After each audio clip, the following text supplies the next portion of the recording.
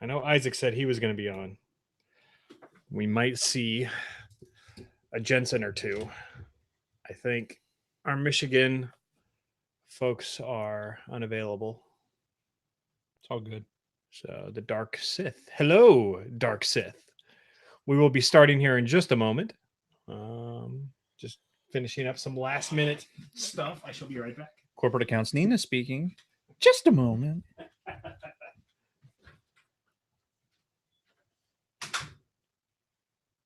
What happened? What was happening here?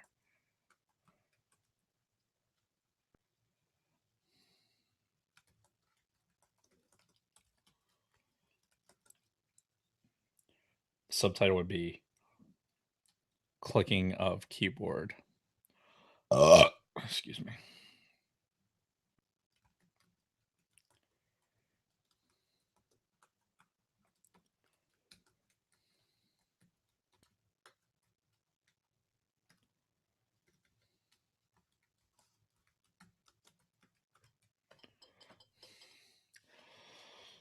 Oh, Scott. Oh, I got one of those motherfucking groundhogs. Did you? Yeah. Did you beat it with a shovel? Since we're live on air, I won't say how I dealt with him, but he is no longer going to be a problem for us. Nice. So, big or little? Little. One of the two babies. Mm. But that's what you get for digging a hole into my house. Fuck those rodents. Yep. Okay, Scott. Dave. Oh, Dave. Dave. Fancy that. Dave's here. Oh, Scott just clicked the like button. So, good job, Scott. Yeah, I should do that too. All right. Man, this thing is lagging. What the fuck? Over. Are you gonna be all right? I'll be fine. Are we gonna be able to carry on without your Windows laptop? No, it's working. It's just a little behind. That's all. Look here. Every time. Every fucking time. All right. So we ready to start this? Yeah, let's do it. All right. 30 seconds of silence. Oh, wait. Oh, I got to show you something really quick before we start. All right. Kristen texted me this just now. The fucking people of Boston. Oh, fuck off, you fucking cunts. Hold on. I got to see it. Just see if the YouTube audience can even see this. My wife just texted this to me. Fucking pompous asses up in Boston. Oh, they had one shit since the 80s. They go fucking a couple decades with nothing. Yeah. And all of a sudden they start winning. Shit. Yeah. It's good stuff. So, all right. Starting for real this time. 30 seconds of silence. Starting now.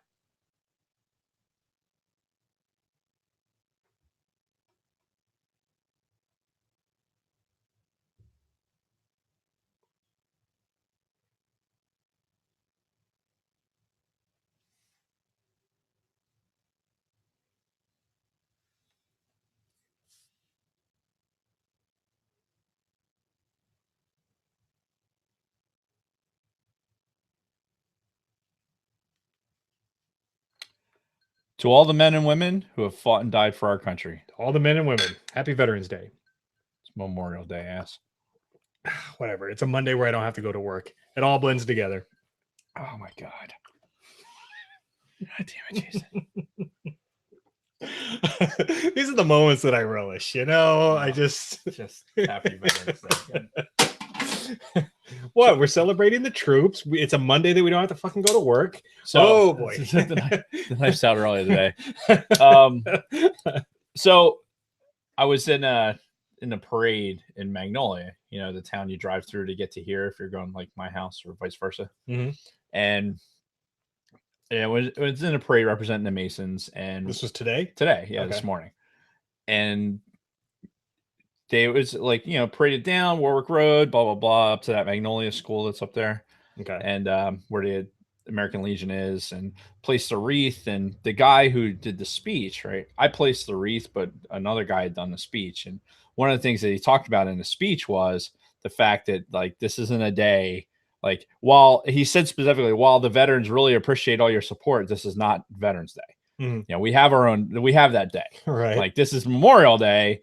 It's a different thing. Right. And you know, I'll be honest with you. I kind of, yeah, I participated in a parade today, but it was like a parade of people to go, you know, do the wreath placement and shit like that. Mhm. A lot of towns are having their ceremonies honoring they're falling out of their towns.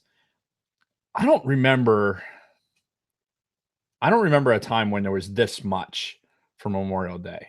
You know what I mean? Just like nationwide, or at least being in Or the at news least a in the lot. well, at least in the area. Let's just say Okay. in a local area, because like a fucking parade for Memorial Day seems like a bit much. Mhm. Like I get it, have a ceremony if you have a you know, some sort of memorial, veterans memorial, something like that, in your town. Absolutely, you want to, like, the local VFW, American Legion, wants to have something. Yeah. Bob's your uncle, but to have like parades and like, I don't know, this celebration that is like, I don't know. It's a day. It's a day off, right? Like Yeah. you said it in jest, but like, there's, you know, the almighty Facebook and Twitter and things like that with all these people that are like, oh yeah, you know, remember this, remember that. It's like, okay, but really remember it. Like really do that. Yeah. Like don't be a shithead and be like, you know, pat yourself on the back because, oh wow, look, see, we're supporting the troops. Like it's not about the fucking troops. Well, and honestly, a lot of people probably don't know the difference. Like legitimately, do they understand this is a holiday that was started, you know, for Civil War veterans, like, and people that had died specifically in the Civil War? Shit, I didn't even know that. Do people know that? Yeah, 1868 is when it happened, and it was a Union and a sorry, my watch is still on. Yeah. It was for Union and for Confederate soldiers. It was a day that they spread flowers, and you know, as it went along, it turned into Eisenhower made it a national holiday. Mhm. But it was to honor those who gave their lives, Right. not those who served, those who gave their lives. Yeah. And you know, it's interesting. Maybe the reason why it stands out so much this year is because in a time when everything is so fucking polarized, like politically, this is kind of the one thing where, like, really, I would hope that there's not people taking an opposing side. Like everybody's kind of coming together for the same purpose. Yeah, as opposed to, yeah, that's a valid point. Yeah. That is a valid point.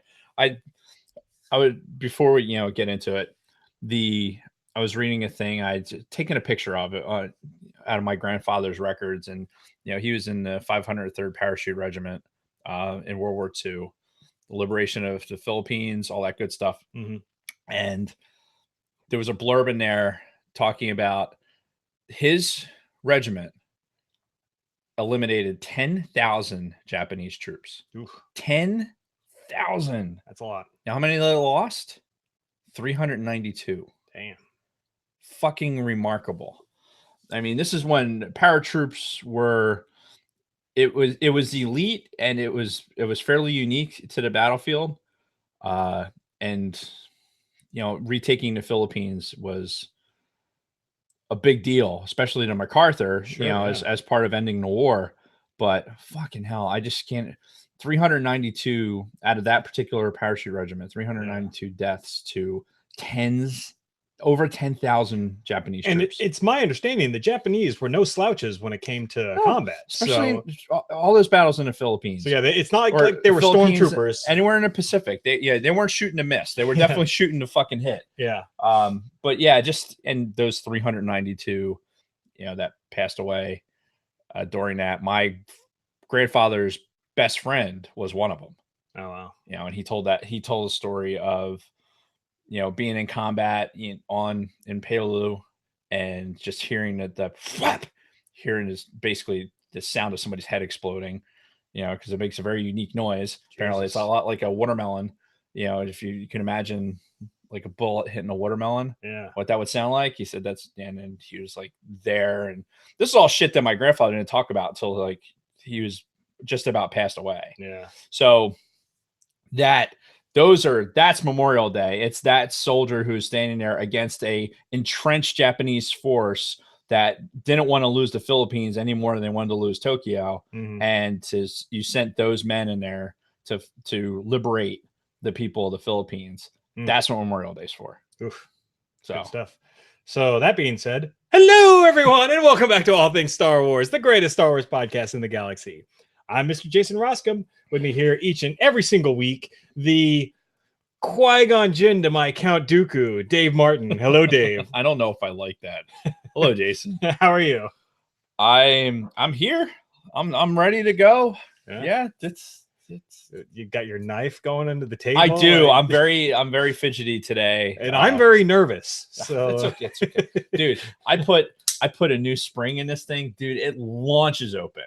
Like with my Lego hands, there's a really good chance it could fly out of my hand and bury itself into your arms. So just keep it away from the face, okay? This is like the moneymaker. Yes. So, all right. Well, that being said, what are we talking about today?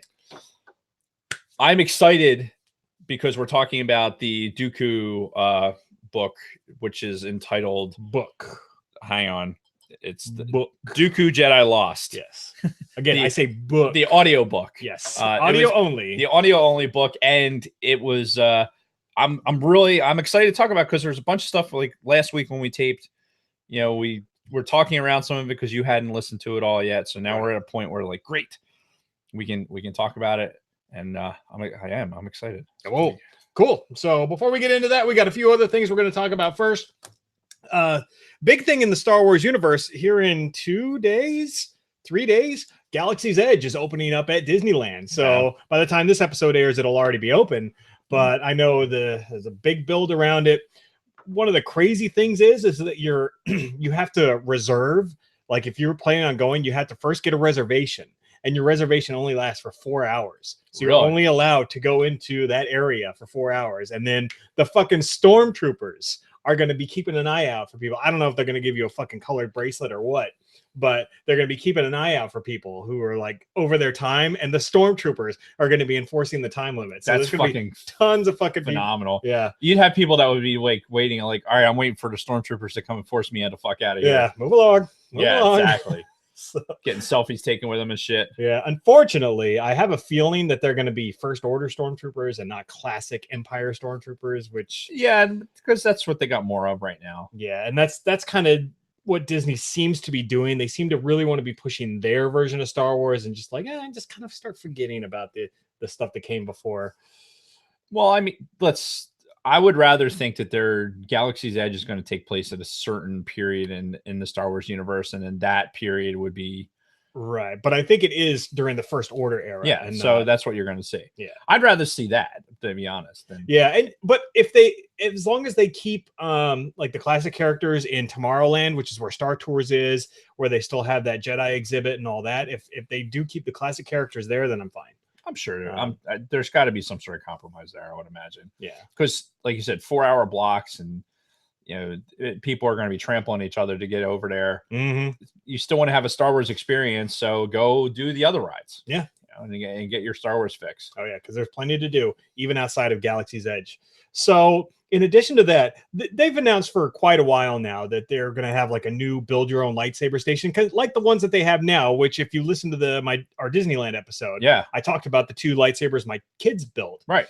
The 2 double bladed with the Kylo Ren vents and all that. You brought them into the studio. Yeah. Good lightsabers. I think those double bladed ones cost $50, and I think the single bladed ones would be $40 to build them at your own build your own light station saber, whatever. Shit. Words are happening. Words slowly. Words all together. Jumbled. Anyway, so I kind of assumed that the build your own lightsabers in Galaxy's Edge was just going to be the same thing. The same fucking station, just moved over there, or maybe a couple of extra upgrades, but nothing too cosmic. Well, no, apparently they're getting really fucking fancy with these. And I posted a link in our notes here, and maybe I'll post it also to our private Facebook group. First of all, to build your own lightsaber in Galaxy's Edge, $200. What? Yeah. But I watched a video and I was looking at some pictures of some people who have been able to do it already, because they've been letting like employees, family members, like other people in over this last week or two that have been kind of previewing it. Anyway, so a guy's gone in there, he's built his own. fucking, they have actual kyber crystals that go into your thing and they're colored and they determine the color. Whereas in the old ones, they had an illusion of a kyber crystal going in there, but it wasn't real. It didn't actually determine. No, these are actual crystals that go inside of the fucking saber. And depending on which crystal you have in there, that's the color that you get. It's not the style of blades, but those like Black Series style of blades. Right. And the parts just look a lot better. You can tell it's $200 worth of fucking lightsaber parts. So priced on par with the Force FX lightsabers and have the same detailed craftsmanship and quality materials. Yes, what he said. In addition to that, they also have their build your own droid station, which is only $100. So I'm guessing it's probably kind of like a, I don't know, like a 6 or 12 inch fucking droid. Obviously, it's not going to be a life size type thing, but for that, it's $100. And who the fuck knows what kind of pieces you can do? Like maybe you can mix, like put an astromech head on a fucking protocol droid body, kind of like L3. L3?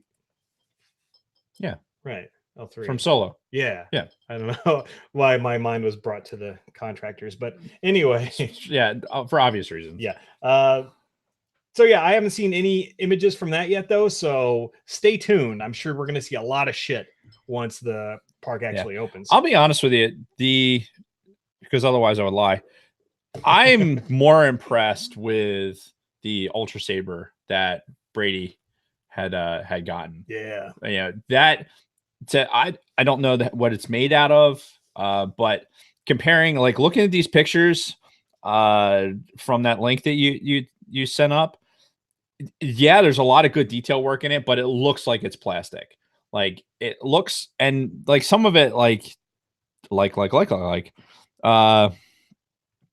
the kyber crystals, it's like, oh, it says kyber crystal, and on like this container, it's like, I mean, had I not seen the Ultra Saber, I'd be like, wow, that's pretty cool. But that fucking Ultra Saber, man, like nice. Big love. And he had some video of his kids like running around playing with it, like, and he has a purple blade.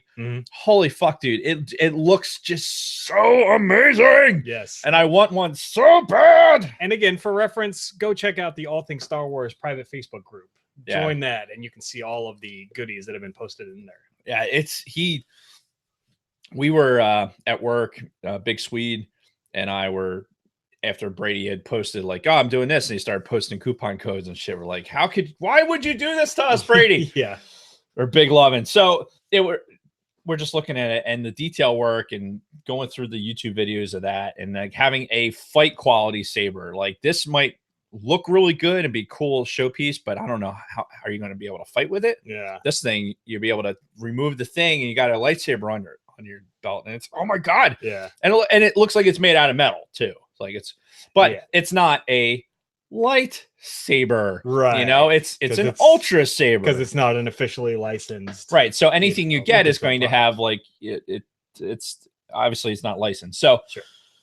But yeah, I think it's really cool. I don't know that I paid $200 for it. I probably save that $200 and buy an Ultra Saber. Yeah. If I'm going to spend the money on it. But the whole experience would probably be pretty neat. And then you got to just get the thing back through TSA. And I'm sure they're going to drive. I think really what's going to come down to, if I'm going to go down there in a year or so, down to Disney World, I think I'm going to have to drive. Yeah. Because I may need a trailer to fucking haul back all the Star Wars shit that I know that they're going to have, because they're going to have exclusive park stuff. Oh, of course. Like they have exclusive Black Series figures. Yeah.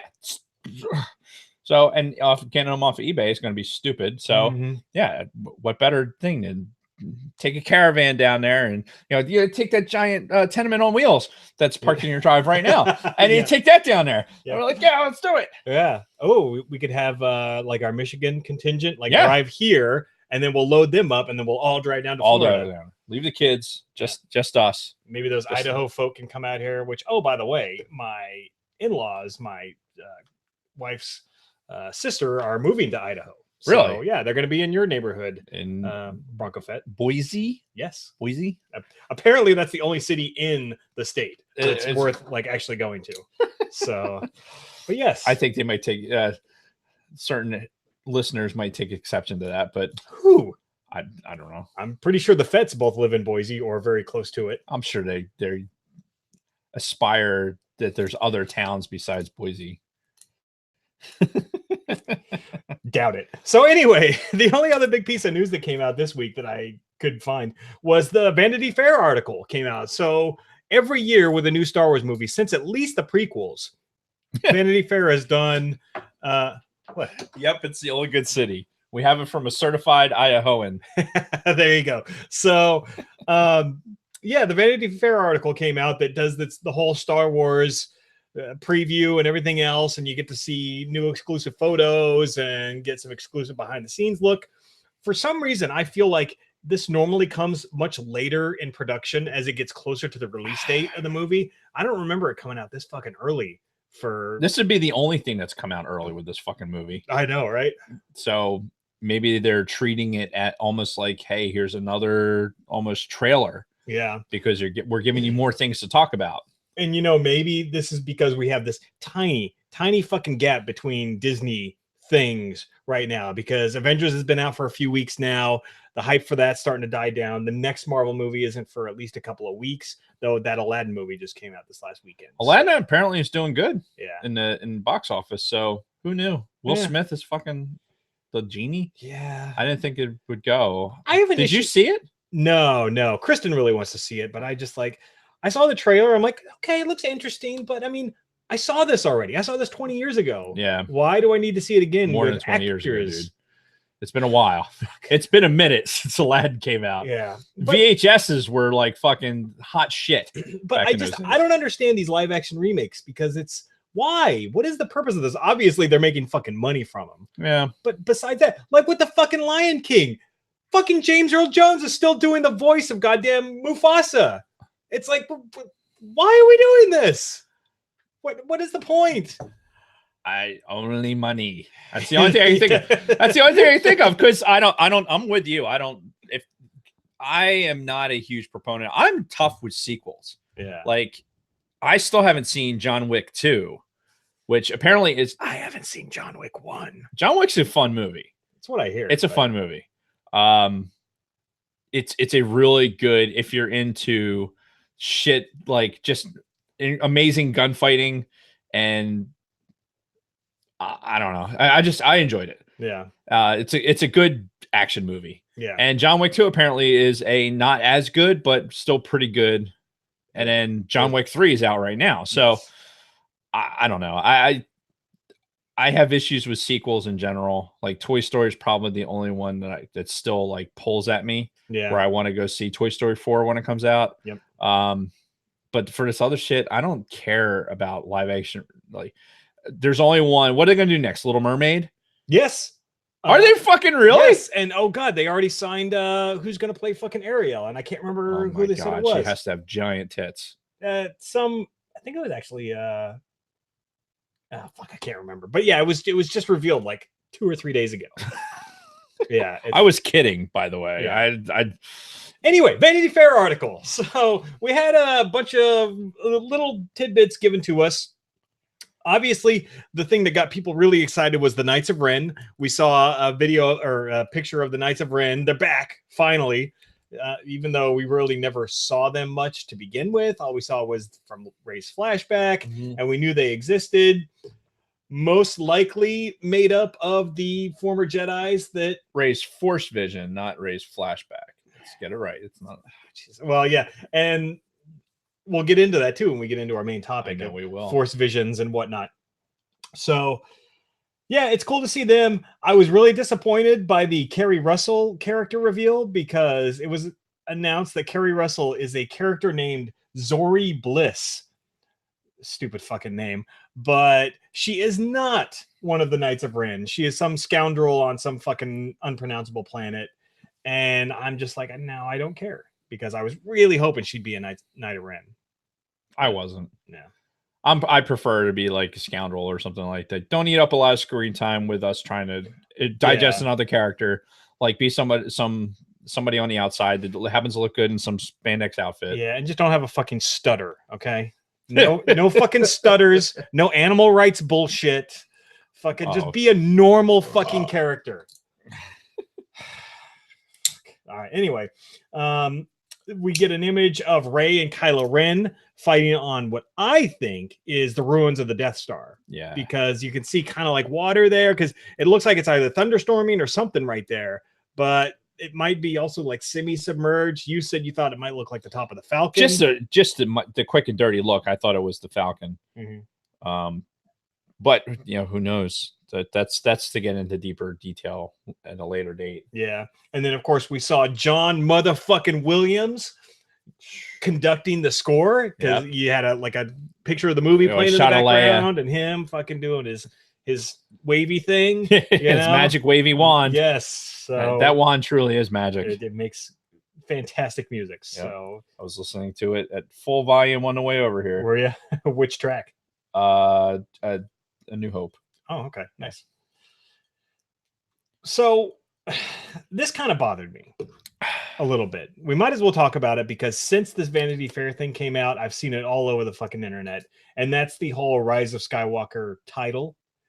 There's this ass clown who wrote the article who's like, what is the Rise of Skywalker? Is it Rey? Is it Kylo Ren? Is it a new Skywalker? Or is it some new order of Jedi that's being rumored, like a new order of Force users that's going to replace the Jedi? This is that theory where like, okay, since and they're going to be the Skywalkers as opposed to the Jedi. Yeah. And I'm like, all right, motherfucker, because you know how I feel about spoilers. Yep. I'm like, if this ends up being for real and it was supposed to be a secret, then fuck this ass clown who wrote this Vanity Fair article. Why would you do that? Why would you put these rumors and speculation shit out there? Because there's no way that he would. And so watching the video, like I just watched it before we started, right? So he also made mention of something about Rey's parents and how that could be still in question, because Kylo is not necessarily the most reputable source. And I'm like, well, fuck, why would he say that? Again, is there some truth to it, or is it just him like, hey, say this to lead people this way? Let's face it, if he fucking did have that major of a spoiler, then he would get drawn and quartered. Yeah, he'd be wearing some cement shoes. There'd be some medieval snorkeling. There'd be some medieval shit happening right now. Yeah, calling the dogs on this motherfucker. Bob Iger's going to get medieval on his ass. That's right. Yeah, but it's interesting because it's not the first place that's been brought up. Right. Even before this dude wrote the article for Vanity Fair, there was some talk about. I think we talked about it on the pod. We talked about the potential of the next generation of Force users being like worshiping in the temple of Skywalker, because if you think about it, we never talked about this on the show. We 100% did. Where the fuck? Who else would I talk to it about? Roll the tape, because this is the first I'm hearing about any of this. Oh, maybe that was with Liam, listener Liam. We're at a thing. Did he bring that up? I don't know. I'm giving you credit. Because if it wasn't here, then I think it was talking to you. But think about it, article notwithstanding, like if we're going to project out, like what are the next Jedi going to be like? And if Luke, having been, made himself a martyr in a grand fashion in front of this new rebellion or the resistance or whatever, right, then this underdog role, then they're going to look at him as a grandmaster type figure and say, well, the Jedi have had this since the days of the Republic. The Jedi were flawed. So what if we rebranded ourselves? I like that, rebranding. Right? Yeah. But it's not that far-fetched. It's not that far-fetched from a story perspective to go and do something like that, because let's face it, the chosen one was a Skywalker. Sure. So if the prophecies are to be believed, which we're going to talk about here with the Dooku stuff, right? If the prophecies are to be believed, then the next generations of Jedi, why not? They're not averse to building temples and worshiping fucking, the previous generations of Jedi. Well, and you know, it's funny too, because we could relate this into some other parts of today's main topic with how flawed the Jedi Order potentially was Oh, with I'm the going whole to talk with all about the no oh, attachments and everything else. It's like, dude, was that the right way? And I maybe can't this fucking wait. So all right, so we'll get through the rest of this then. Yeah. Some good stuff for a later conversation. I guess Sidebar. Hmm. Royal Farms sucks balls. Yeah. Their Diet Coke, terrible. Is it just out of a fountain machine? Out of the fountain machine. Terrible. Is it like not the right syrup? It's not the right mixture. It tastes like plastic. No. Yeah, and no. I unfortunately I passed the Wawa. I was listening to the music. I was all into John Williams, and I already passed the Wawa. I was like, "Fuck, I'm gonna have to stop at Royal Farms." And I go into Royal Farms, get a soda. Not a fan. Not nearly as good, huh? This is the same Royal Farms where he was complaining about the asshat behind the counter wouldn't give him the sauces that he paid for. Yes. This was a couple months ago. Oh, I paid them back for that, though. I blew that bathroom to pieces that one night. Holy shit. Literally shit. Because I left here for whatever reason. My stomach was upset before I even got here. Yeah. And then we had dinner. Yeah. And then I made it through the fucking pod and then got to, made it as far as the Royal Farms down the street and went in there and proceeded to blow it up. Just awful. So whoever went in there after me, hopefully they lived through it. Oh God, it's a good shit. Oh, Natalia Dyer. Well, she's got to be part of some sort of fucking all right. Well, thank you for that, Scott. Human trafficking ring. All right. So, anything else on the Vanity Fair article before we move on? There is a lot to piece together there, and I think we could probably do an entire episode just going through the pictures. Yeah. And like really dissecting it. I think in the future we'll be at a point where we're going to take the trailer, hopefully another trailer, piece it together with these pictures, and really try and get our idea of what we think is coming. Okay. So we'll just leave it at that then. Moving on to our weeks. I started producing some new content for our YouTube channel. So I did 2 reaction videos over the weekend. A video to the new Terminator trailer, Terminator Endgame, or fucking. He did this without approval from me, by the way. He just took our brand. Yeah. He just took our brand without ever talking to the co-host. Yep. The fucking Qui-Gon to his Dooku. he fucking just goes ahead and just generates new content. Doesn't even call me. It's called an executive decision. I texted you after the fact. And then also the that might work on your wife. It's not going to work on me. Damn it. And fuck. Oh, the Picard trailer for the new Picard TV which I didn't even know there were. Oh, it's a TV series. Yeah, it's not a movie. It's a series for the CBS Plus or whatever the fuck their streaming service is. Lame. Yeah. But only because I feel like we picked up all these subscribers when we did our reaction to the Rise of Skywalker trailer. I'm like, all right, gotta push some kind of new content out there. So if you see those, give them a like. If you don't subscribe to our YouTube channel, subscribe to that. And if you want to see something specific on the YouTube channel, let us know.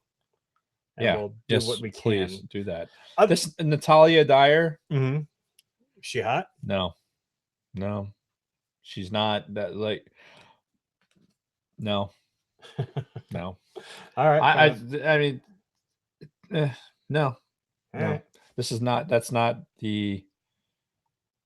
No. All right. Dave does not approve. Anyway.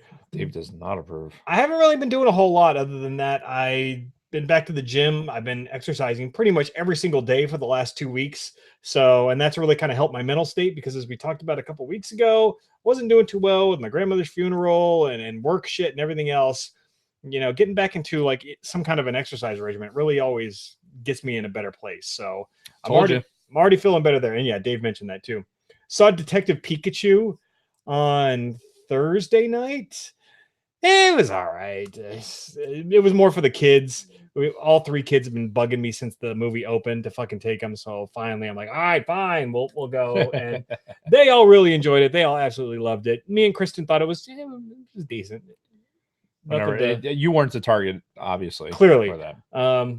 And then the only other thing for me is tomorrow night we're going to a Phillies game. In fact, this is the first live baseball game I'll ever have gone to in my life. So that's remarkable. Yeah, and your boys are. I checked the standings; they've been doing pretty well lately. Yeah, as they should be. I mean, they have the offense. Now it's just holding the pitching together. Yeah, which unfortunately the Angels are not doing so hot this season, despite giving homeboy a massive contract. And well, yeah, it's baseball. So, sorry, distracted. Jason, tell them to go to Pizza Pie Cafe, ask for Bronco family discount. Nice. There you go. I will let them know. Also, he said if they like football, he'll get them some ticks. Nice. And I bet that they would take you up on that. So, what was I saying? Baseball. Phillies, yeah. The baseball. Yeah, no, you're gonna have a great time. Hopefully the weather holds out for you. I think it's supposed to rain at some point tomorrow. Really? So hopefully the weather holds out. If not, there's the concourse is covered.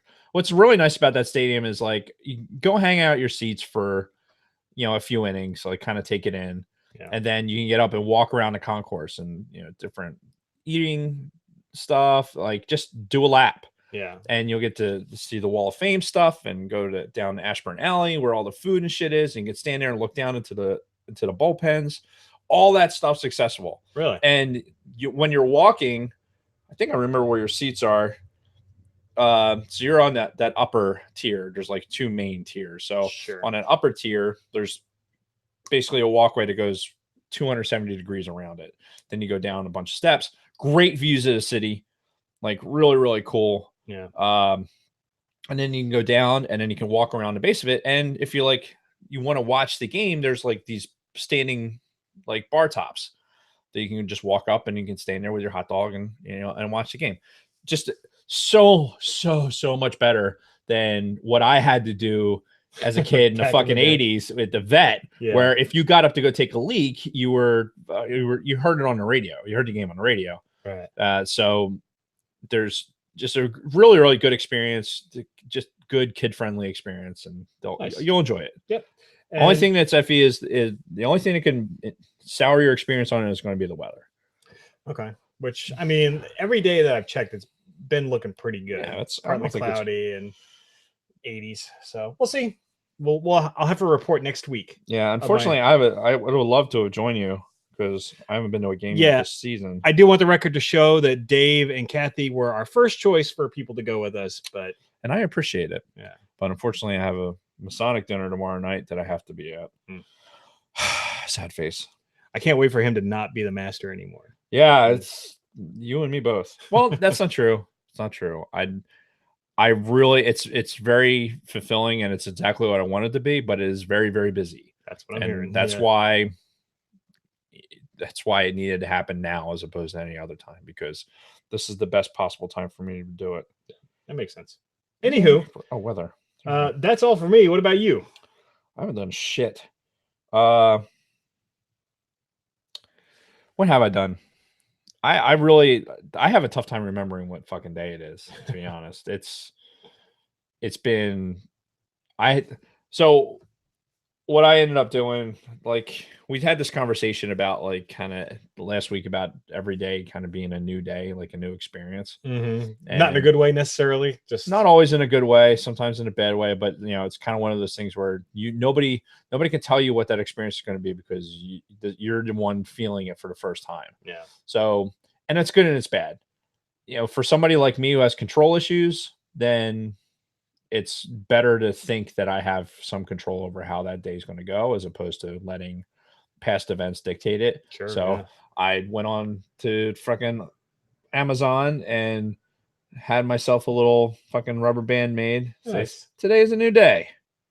It's a good mantra. Yeah, I got to keep reminding myself that because some days are definitely better than others. How do your forearms get so big?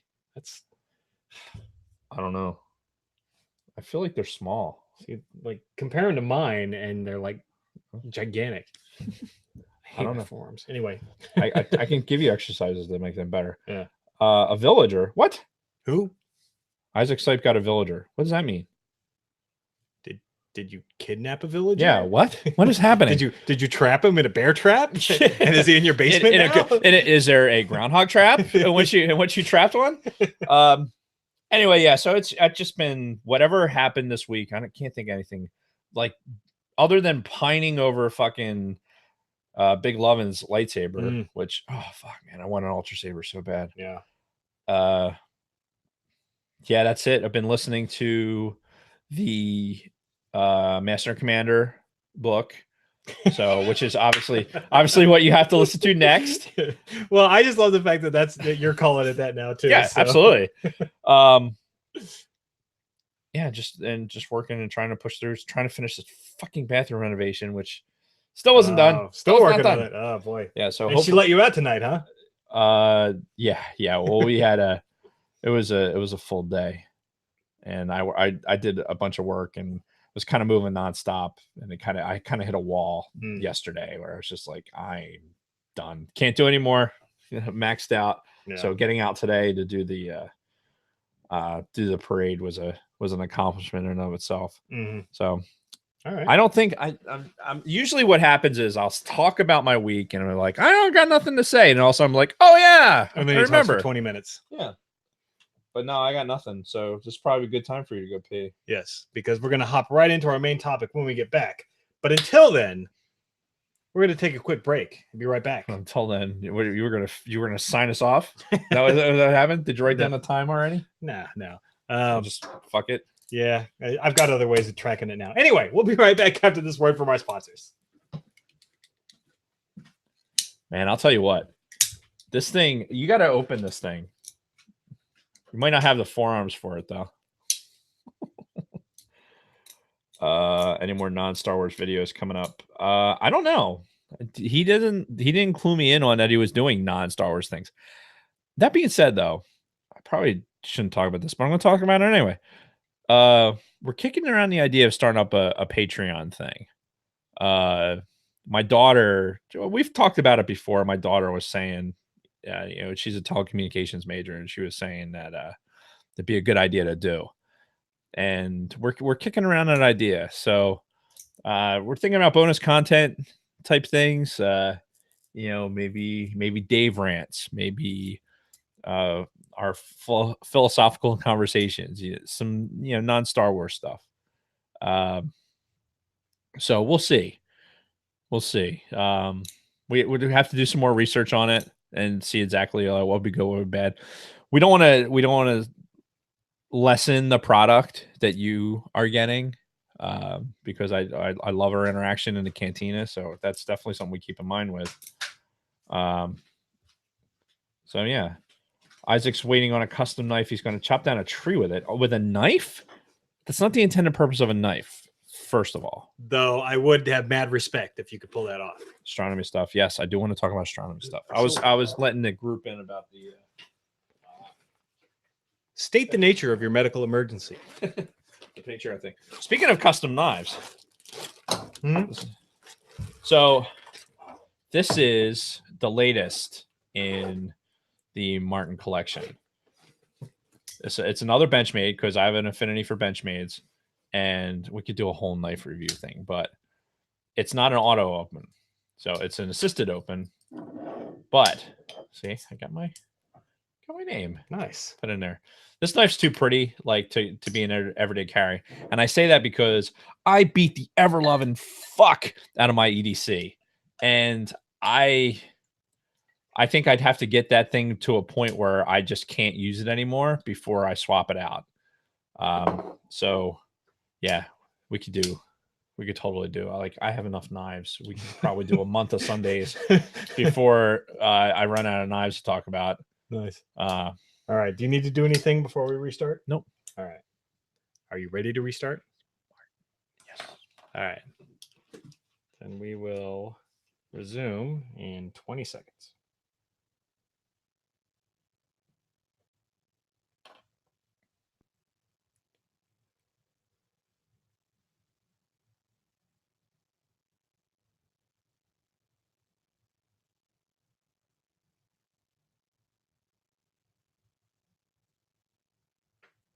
And we're back.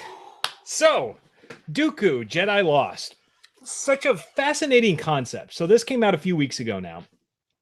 We're a little bit behind getting the review to this, but we had other shit going on, and I had to actually listen to it. We're not that behind it. I mean, if it was reading a book, we'd be doing.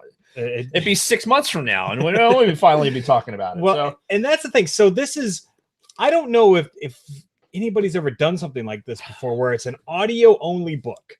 There is no paper version of this. If you want this experience, if you want this particular piece of Star Wars canon and this backstory on this character, you have to listen to this audiobook, which is a very unique concept, but I welcome it given the history of Star Wars audiobooks over the last few years. You know, we've ranted and raved, at least I have, about, you know, the Aftermath audiobooks, and then especially the Thrawn audiobooks. Like, the guy that did the voiceover for those is fucking phenomenal. He did one voice in this, by the way, which is not the voice I thought that he did. I found out after the fact. But yeah, really, really good stuff up to this point. Really good production quality. So when they announced this, Dooku Jedi Lost, I'm like, ooh, I'm interested. Audio only, a few different narrators, all the production quality that we've gotten with the previous audiobooks. I'm in. Let's do this. So, and yeah, they chose to do Dooku, his backstory, and this is kind of the overall narrative of this whole book is, and I say book, you know what I mean, is his sort of how he progresses in his training as a Jedi, and the things that ultimately lead him to leaving the Jedi, and sort of a little bit of the dark side stuff, but not enough to get the full picture of how he made his 100% turn and how he came under Palpatine and all of that. But really interesting stuff leading up to his exit from the Jedi Order. So I'm looking at Master and Apprentice, otherwise known as Master and Commander. Yeah. For those in the know. And I hate it. Why can't you just take me to a fucking Wikipedia? Here we go. Wikipedia. Woohoo! I wanted to see the voice actor for Qui-Gon because the guy channeled Qui-Gon very well. So I was going to talk about this. Like, since you're bringing it up, we might as well bring it up now. So he does that. He does the really good Liam Neeson voice with the kind of raspy, what is he, Scottish? Yeah. The Scottish accent? Yeah. Except it almost seems kind of like a caricature of that. When I hear this guy in this Dooku book, I'm brought back to fucking Bad Cop from the Lego movie. I believe you too. Or that's, I believe, and you see how my hook hands are making the quotations? It means I don't believe you.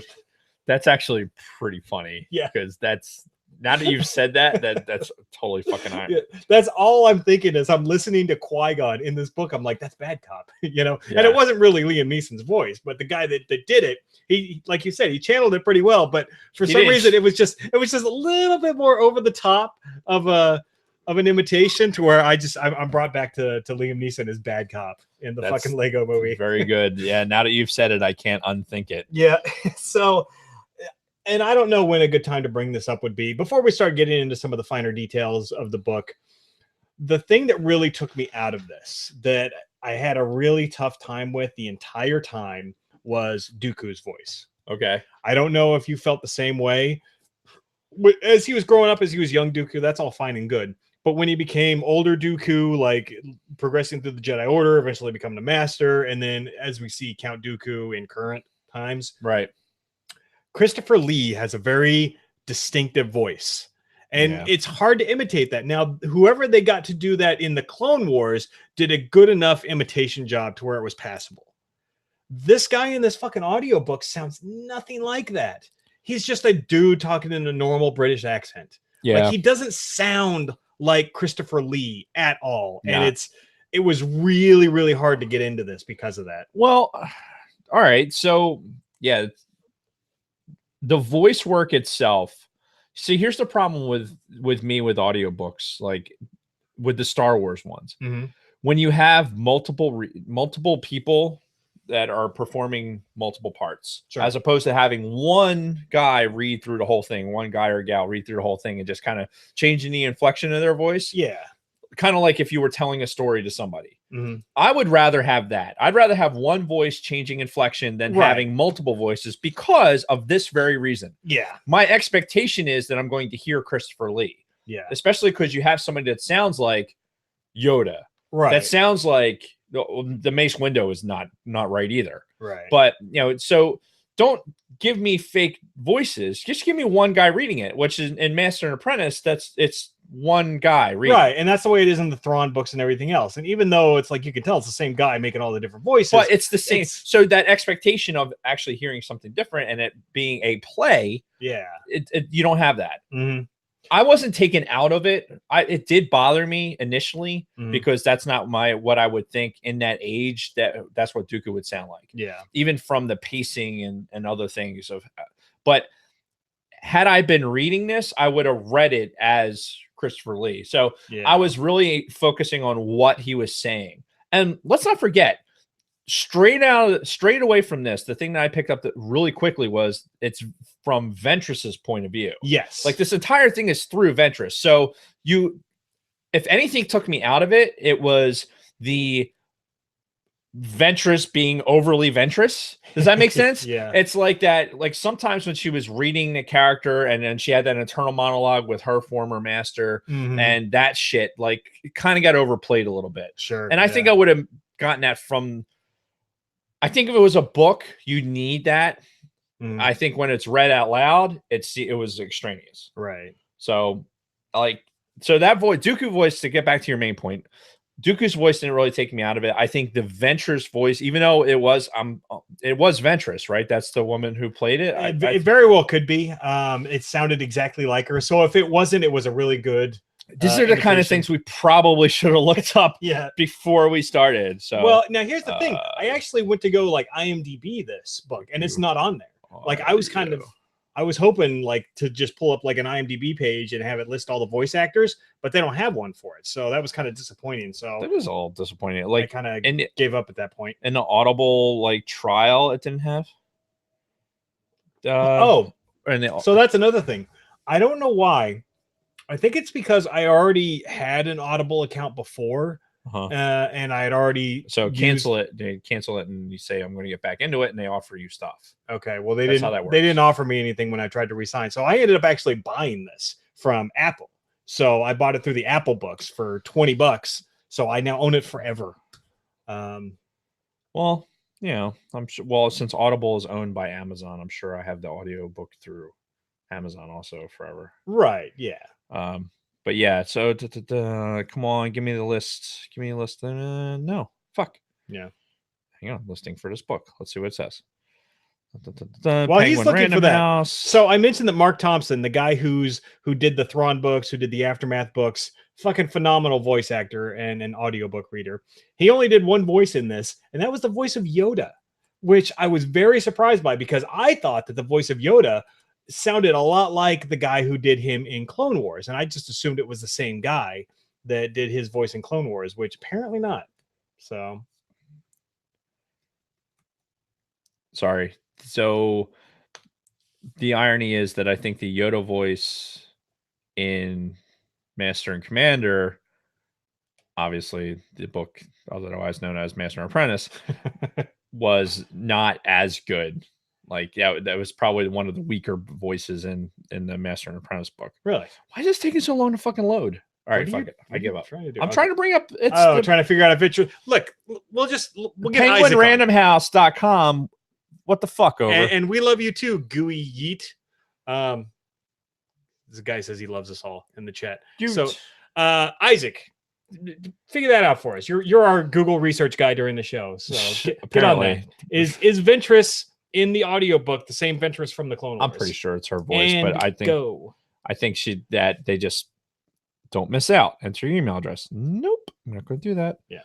So anyway, I don't read by Orlog Cassidy, Ewan Morton, no relation, Mark Thompson, and full cast. Yeah. And the rest. Yeah. Here on Gilligan's. Oh, here it is. There's the list.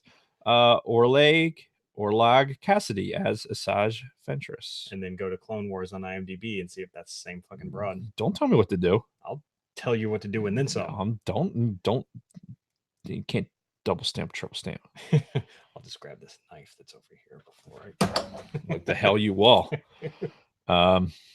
Closest thing to a lightsaber I have right now until I spend all of the monies on another one. Mm-hmm. What am I looking for? Clone Wars. Wars, nothing but Clone Wars. And Solsky can't find Ahsoka, Dooku, or Master and Apprentice on YouTube. That's why they're cracking down on it. They're taking the audiobooks down off of YouTube. Yeah. So get it while you can. Mm-hmm. It's not illegal to listen to shit on YouTube. So you got to get the people that are posting it. There's a point to be made there about something to do with porn, but you know what? I'm not not gonna go there. Yeah. Not gonna do it.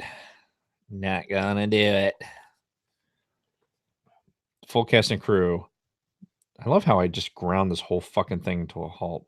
Yes, awesome. This is all Dave just you looking for one thing. You keep talking. Well, so nope. Different person? Nika Futterman was what a name. All right, so Nika Futterman. Yeah, she looks like what the name's. She's not hot, at least. Is she funny or something? I mean, I probably wouldn't kick her out of bed. All right. So anyway, not the same person. Confirmed through exhausting research. Yes, you heard it here, all live, all in real time. Isaac was working on it at the same time. I don't know why I even bothered. No, Isaac's on the case. So I only wrote down a few bullet points because I wasn't sure if we wanted to go through this like bit by bit, how we wanted to actually break this down. Like you're very anxious to talk about some of the aspects of this. So here's my biggest thing of this book, right? And this is what I want to talk about the most. What this shows is that I think what this book is showing and then gets into again with the Master and Apprentice is the fucking Jedi are wrong. The Jedi are so far off the mark. And you talk about how, like, spoiler alert, by the way, we're gonna talk about we're gonna talk in and around this book. So fuck it. If you haven't listened to it yet, then turn us off. Yeah. Or if you don't fucking care, then then fuck it. Yeah. No, this aspect of we've always kind of like we've kidded around, right? Like yeah, the end of Jedi, blah blah blah. They're always on the wrong side of this, right? Yeah. We've joked or tongue in cheek, we've talked about how the Jedi were kind of like blindsided and like how good were they at using the Force or how powerful was Palpatine to be able to hide this from them.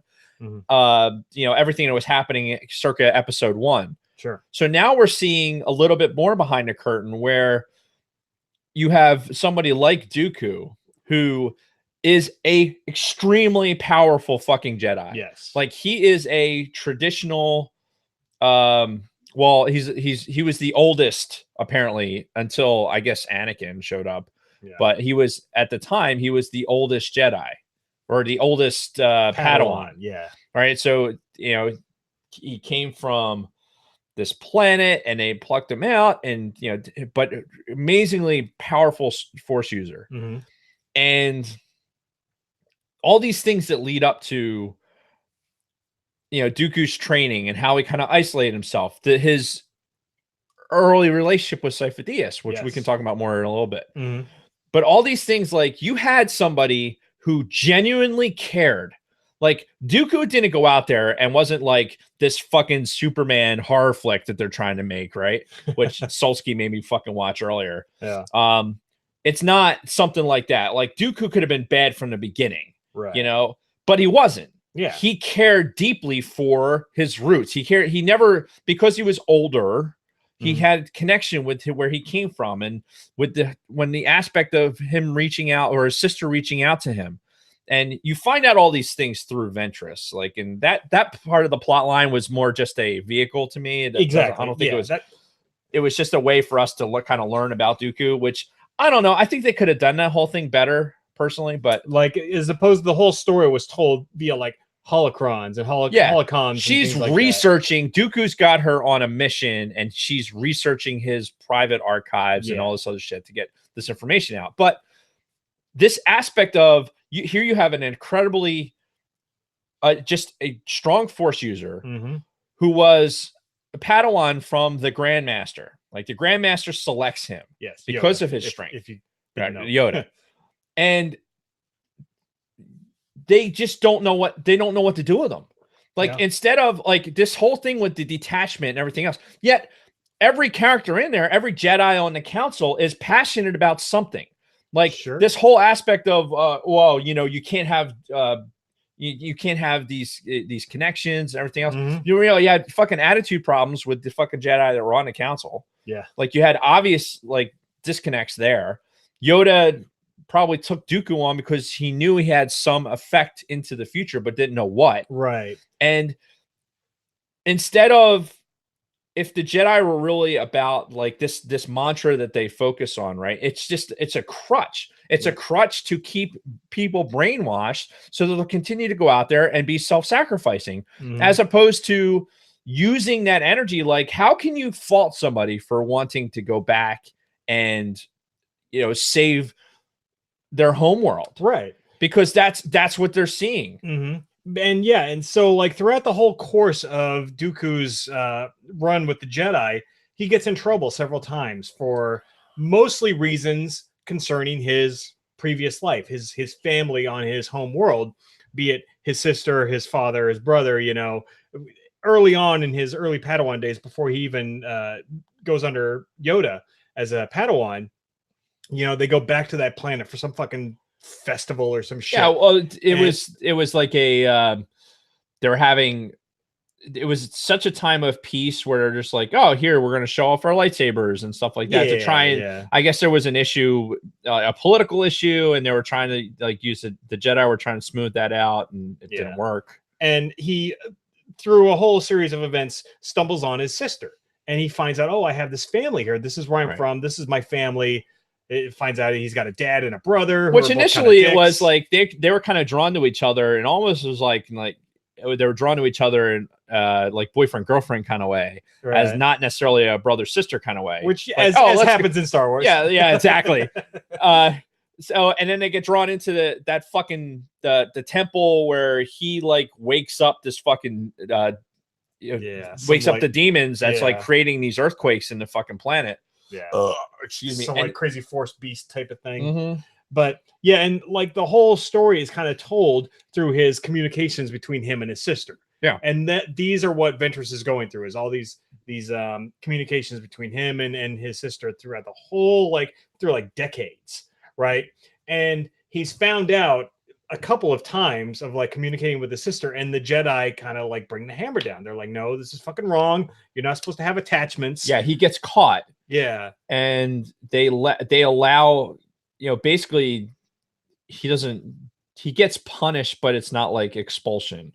No. Out of the academy. It's hey, you got to promise us that you fucking will eliminate this attachment. Right. And then ultimately, you know, jumping way ahead, this is what eventually causes him to leave the order, because they keep telling him, no, you can't get fucking involved. They're not your family. That's, you know, you got to let that go. And then that's eventually when he's like, all right, you know what? Fuck this. I'm the rightful heir now that, you know, these people are gone, and I'm going back and fuck you guys. Yeah. The Jedi did a really, really good job of like taking this again, really, they demonstrate him as being a very, very strong force user. And can I say that? And so it kind of continues on into Master and Apprentice, because in Master and Apprentice they start talking about like, you know, how Dooku and his basically turning down the offer, you know, or Dooku being on the Jedi Council, right? And that whole thing. Which did we know this up to this point? Like, did we know he was actually? I think on we the did. council? I think that we did. Okay. I say that because when I heard it, it wasn't like ping, oh my god, but it was his being there. I mean, the guy had risen to all those levels because of his abilities in the Force, and the passion that he had was still there, and he drove it into everything that he did. Right. And you know, the big thing to take away too is the fact that he always wanted what was for the greater good. You know, he was always the greater good. He was always a servant of the Republic, servant of the Order. Yep. He just happened to have these attachments on the side also. Yep. So he was never a bad guy. And that's so we're reading this or listening to this, right? And the whole purpose is to try and figure out how does a Jedi turn? Yeah. Right. How does this Jedi now become basically a servant to Palpatine? Mm-hmm. And if we start looking at how did his path cross into the Jedi's, right? We see that the father, right, Dooku's father, whose name I can't think of. Yeah. Dooku's father basically is like, oh, this kid's weird. Get him the fuck out of here. Mm-hmm. And it just so happens that Yoda fucking adds, oh, by the way, they had fucking Jedi were out there like just sniffing around houses, stealing babies, basically. Yeah. They're like, hey, that one's got force. Let's take him. Let's go. Yeah. Right. So they're going, and it's the ultimate form of fucking human trafficking. It's like, okay, we're funneling back. Jedi's out there searching and stealing people. Yeah. Make sure you get them little, so they don't fight back. Which, but no, which it's a good point. It's because it's like, how right were the Jedi? You went from, or this lack of attachment, and it's always good, and it's the light, and all this other stuff that you're like, yeah, the good guys, and they're fighting for the rebellion and everything else. You know what? The fucking rebellion's not always right. Yeah. Rebelling just for the sake of rebelling. Yeah, the bad shit happens. And the problem with all this right now at this time in my life, at least, is that there's this over similarity of like this overlapping of like truth and fiction. And it's like, okay, you know what? You can be your fucking domestic terrorists and do what all this other bullshit, and you can be against what the Empire is doing because they're committing these atrocities and shit like that. I get it, but to celebrate the rebellion, it's not. We're not talking about like a country, a young country trying to gain its independence from a tyrannical government. It's like, anyway, I don't even want to go there, but you think about what's going on with the Jedi, and I started this line of thinking with, did Palpatine push Dooku? Like, did something, like, how far does Palpatine's reach go? Does Palpatine go back far enough where because there is interaction here. Yeah, like but that's way later in Dooku's career. Right. So. But how far does it go? Well, is Palpatine, because we're getting into areas where you could have Force users that live for thousands of years. Sure. In theory, especially dark side users, as we read about in the Revan book, which you haven't read yet. Never mind. Because I'm starting to overlay all that shit. But right. I think the reality is, like, I almost want us to be like, all right, how did this kid get found? Like, did the father suddenly rebel? Like, where this kid just started levitating shit, so he fucking freaks out. It's like, Frozen. And now she's going out and fucking singing songs in the woods. Right. This kid gets, now he's one of the seeds. Like, all of these things as they happen now, you look at, is this a seed? Is this a seed to what brought Palpatine to his rise in power? Like, I needed a Dooku to rise in the Jedi Council to get to a point to go like, you fuckers are idiots. Yeah. I am sick and tired of your bullshit. And oh, by the way, I have a fucking planet to rule. So go fuck yourselves. Go fuck the council. I'm over here doing my deal. Yeah. And when approached by somebody like Darth Sidious, saying, hey, look, I get it. Yeah. They should have never kept you from fucking, you could have saved so many lives if they just let you go back and help your home world instead of it coming to what it came to. Yeah. So fuck those guys. And he's right. Yeah. He's absolutely fucking right. Like, if you can do a thing, then what? You just fucking let it happen? The fucking planet that crashes with the ambulance fucking shit. Yeah. There is that little bit of like, oh, well, do you care about us because all those people died or because you fucking killed off all your back to, production? Oh yeah, that was some fucked up shit too. Yeah, that whole back to. And he had those. Sifo-Dyas was having those visions, right? I'm sorry, I'm being really schizophrenic with how I'm jumping around in this book.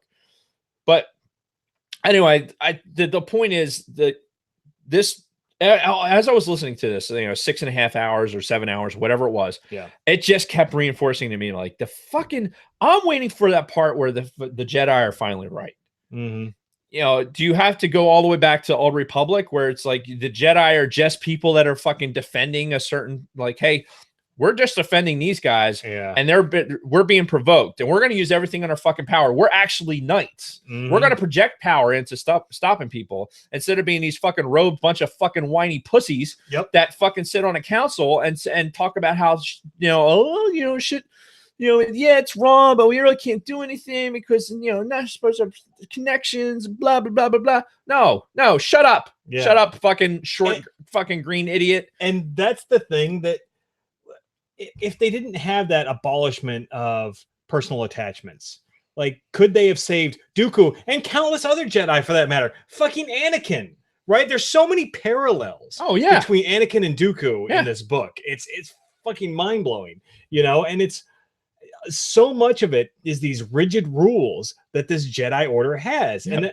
that's kind of like what we were talking about before. How can only a Sith think in absolutes when if you don't follow the Jedi code verbose, then you're wrong. I'm sorry, that seems awful fucking that seems pretty binary to me. Like, oh, you either follow our code or you're fucking wrong and you're expelled from the Jedi Order. Right? No, how about you go fuck yourself? You know, maybe if they were a little more reasonable, they wouldn't have people like Dooku being like, piss off, I'm out, or Anakin going like, fuck you, younglings. And you know what? Yoda is right in the fucking middle of all this. You know, we're introduced to Yoda. We are, right? Our generation is introduced to Yoda as this fucking guy. He's this hermit Force guy, apparently fucking old Force guy. You know, goes through some training with Luke, knowing full well, you know, when Luke landed on a fucking planet, Yoda knew he wasn't going to fucking stay.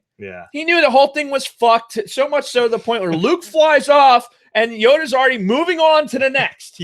Like, fuck that kid. He's done. He's going to get fucking killed. And, why does Luke win? Why does Luke survive? Because he fucking channels some of the dark side. Why do any of these Force users, like, as I'm reading through these books or listening to these books, every Force user, whether in a sword fight or anything else, is using some element of aggression. They have to. It's a fight. Like, you can only be defensive for so long. Look at Phantom Menace that we just talked about last week, when Obi-Wan, like, after Qui-Gon got cut down, and Obi-Wan's standing behind that force field, he's like fucking pissed. You could tell. Fuck this guy. He's like waiting for this fucking force field to come down, because like, as soon as this thing drops, I'm killing your fucking ass. And sidebar, Star Wars related sidebar. You have to move right into the next one. You need to move right into the Master Commander, because there's more to talk about. God damn. Really? It's my neighbors. Really, asshole? I don't think he can hear you over the car. Well, maybe I should open the door. Oh yeah, he won't hear me over the car. Fucking wankers. Anyway, Master Commander. No, so the correlations continue. You know, storyline changes, and I'm a little bit better than halfway. I'm about 3/4 of the way through that. And you're just doing the audiobook? Just doing the audiobook. Just because it's been easier. I'm reading other stuff. I got other commitments to do for reading purposes. But yeah, look, this for me, like, and you can talk more about it because I've talked a lot, but this entire book for me just espouses the fact that it's not unreasonable to believe that Dooku would have turned, given in this scenario he was in. And to be as powerful as he was, he used his connection to his passion. They're you know, oh fuck, I can't think of the Sith code right now. Oh man, I'm terrible. But peace is a lie.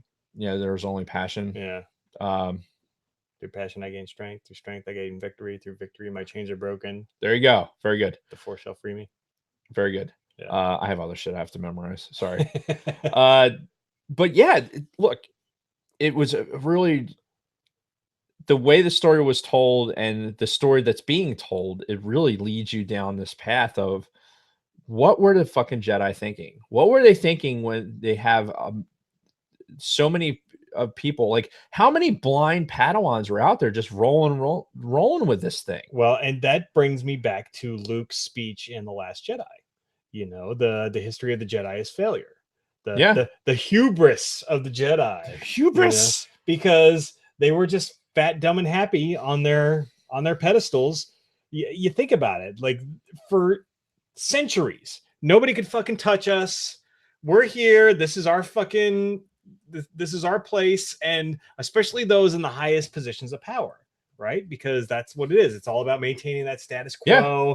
Let's not rock the boat. Let's keep this good thing going.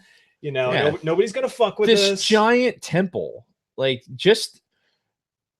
What I hear? All right, what does Dave like about the Jedi at this point? What Dave likes about the Jedi is the archiving of all the knowledge. Sure. Right. Having something like that where you're archiving so much information. What does Dave not like about that? Oh, that you're fucking. It's all under your microscope. It's all under how the Jedi see things, how they archive. Because let's think back to the Bane books. Now we're mixing some Legends material in with this, but just for the sake of argument, sure. Bane spent a lot of time looking for Sith texts, stuff that was not in the Jedi archive, things that were eliminated because they were too much embroiled in the dark side.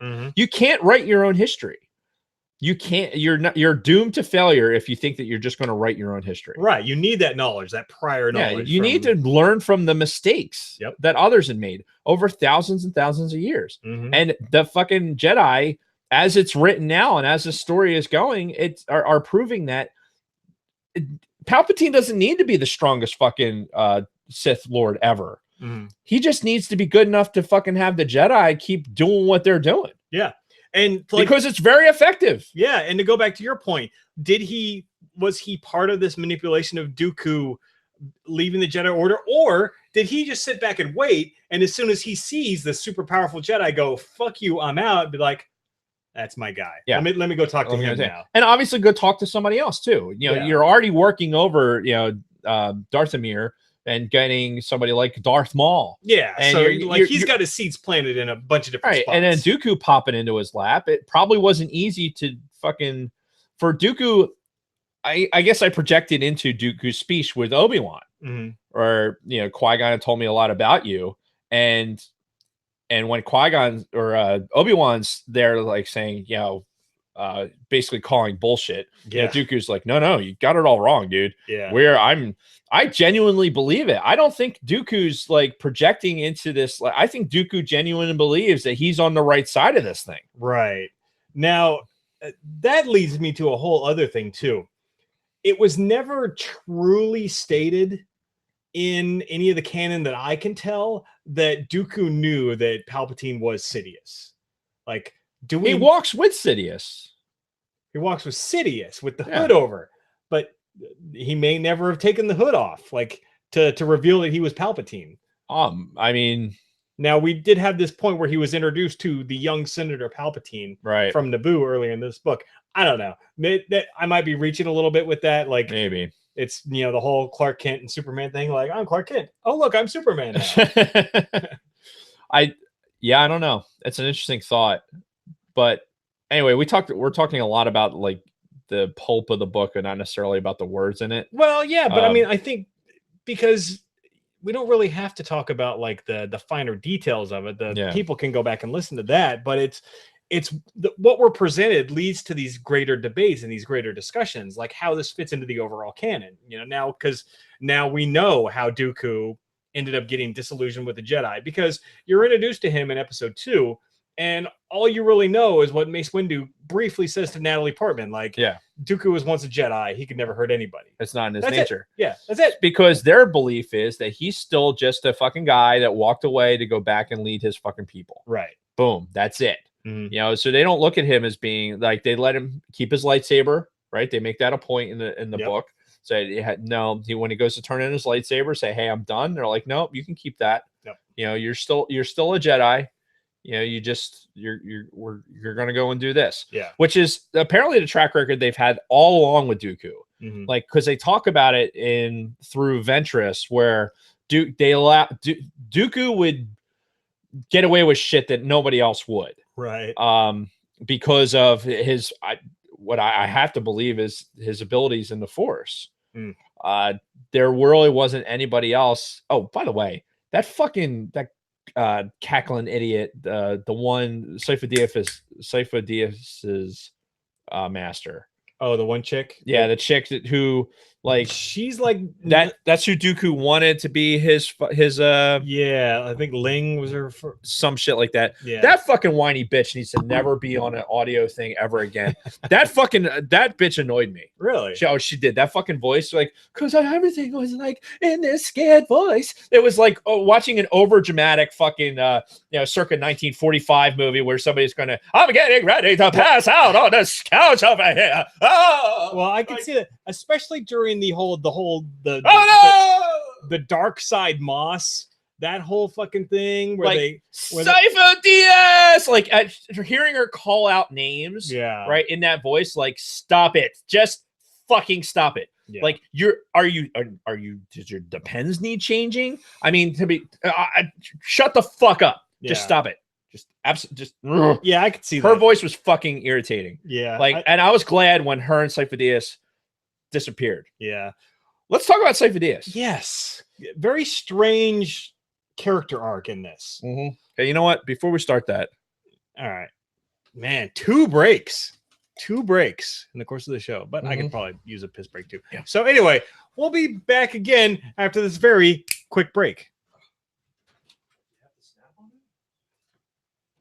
I do. Gonna get knife hand. Didn't Dooku say this to Obi-Wan? The Republic is currently being controlled by a Sith Lord named Sidious.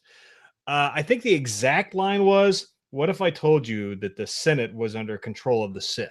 I think is what he said. I don't think he specifically said Sidious.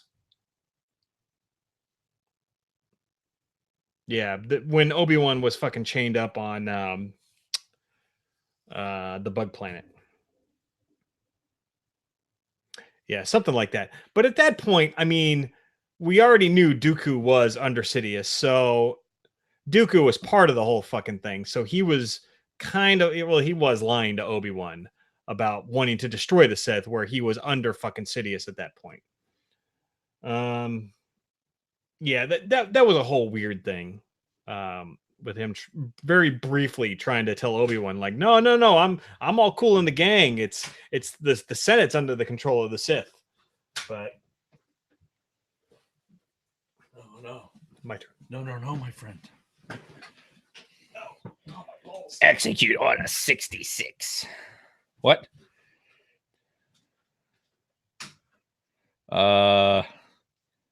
Who said it? Who sounded like Jessica Tandy? That fucking that fucking cow, cackling hen or whatever the fuck it was. God, it was annoying. Oh, the whole book.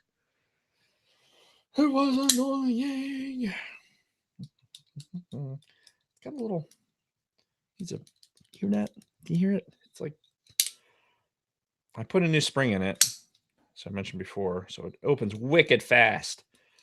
But yeah, we'll lose anyway. What if I told you the Republic was now under? I can't. I don't know if I could do a Christopher Lee. What if I? No, I'd have to. I'd have to hear it. I can't do it. It's not as easy as a Hank Hill or anything like that. There's only 3 watching. How's that possible? So, Tom, are you still in here? Tom, Scott, Isaac. That's 3 right there. Then me. Then Jason. That should be at least 5. It says there's 3 watching right now. That makes no sense. It doesn't. Like, fuck. You're fucking up YouTube. Hank made a brief appearance. Did he? Oh, yeah. And I missed it? He did. Shit. Because I was trying to do Christopher Lee and it just came out as Hank. Well, no, but I'm like, it's easier to do Hank than it is Christopher Lee. Do you have an appointment? No, I have to hear it and I have to work on it. I can't Master Kenobi. It says 7 here. Mine says 6. Awesome. Well, at least they're consistent. Yeah. It's Memorial Day. People are in and out, but whatever. So are we ready to... I have to refresh. I'm not refreshing because the chat's actually live and that's all I care about. All right, fuck it. 20 seconds of silence and we'll restart.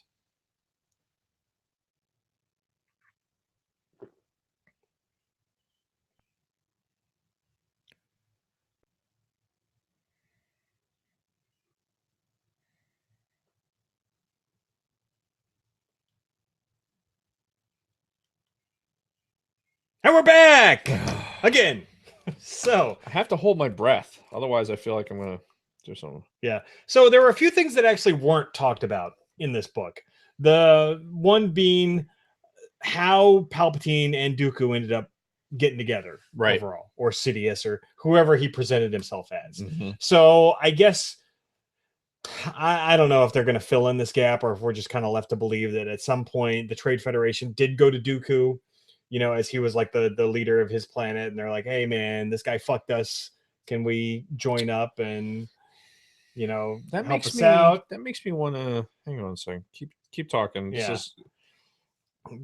Because we know that, at least according to Dooku, when he was having this whole chat with Obi-Wan, he's like, hey, Trade Federation guys came to me several years ago saying this other Sith Lord fucked them, made him start this war with Naboo, blah, blah, blah. This is how they got kind of screwed over and how they got ostracized from the Republic. You know, maybe is that sort of the conduit that eventually got Dooku into this whole separatist movement, and somehow Sidious worked his way into that. Like, it's a big missing piece of this puzzle that we were not given with this book, which I was a little bit disappointed about. There was one other big thing. Oh, the Sifo-Dyas factor, because we haven't really talked about Sifo-Dyas. Yeah. So he's mentioned early on in the book as like Dooku's only real friend. When Dooku first started coming up as a young Padawan, before he even got Yoda as his master, he was very isolated. You know, he didn't have many friends, but Sifo-Dyas was like his one friend that he had. And going up through his apprenticeship and everything else, he kept in close with Sifo-Dyas and everything, up to the point where Sifo-Dyas started having like all of these fucking crazy Force visions. Right. Which ultimately, spoiler alert, came true. Yes, but he had he had one of that back to planet that we were talking about, where he envisioned this fucking holy hell fire that destroys like the entire fucking back to crop that's like planet wide on this fucking place. Yeah, and it was one of the, I think it seems like it's a throwaway thing, but I think it's important because you have a demonstrated, again, the Jedi were willing to fucking just overlook this kid's Force vision. Sure. And they were willing to let all those people die. And then they get there probably a few hairs too late, and because shit's already fucking falling out of the sky. Mm-hmm. Everyone's walking around like, nah, see, our weather controllers, because they control the weather. Yeah. Our weather controllers say that nothing's going to happen. There's nothing planned, blah, blah, blah, blah, blah. Everything looks nominal. And all of a sudden, like, whoa, boom. It's like, yeah. Yeah. Hellfire from the sky, and then the PTSD inducing fucking going into like, oh, here's the baby ward, and there's all these fucking dead babies in here, and oh my god, it's like fucking crazy, just like the level of devastation. Yeah. And they show Dooku in there as like really having to, like, it's very, very poignant because the aspect of them going in and rescuing and everything else. And if you were Dooku, you have to think at some point, like, if they just acted on this. Yes, and I think they just fucking acted on it. And this was a major turning point with him and the Jedi Order. It's like, what the fuck, guys? You know, I told you this vision was going to happen. You can't fucking ignore this shit. But Yoda was like, no, you can't trust fucking visions. You know, always in motion. The future is, you know, and fucking. Yoda. Yeah.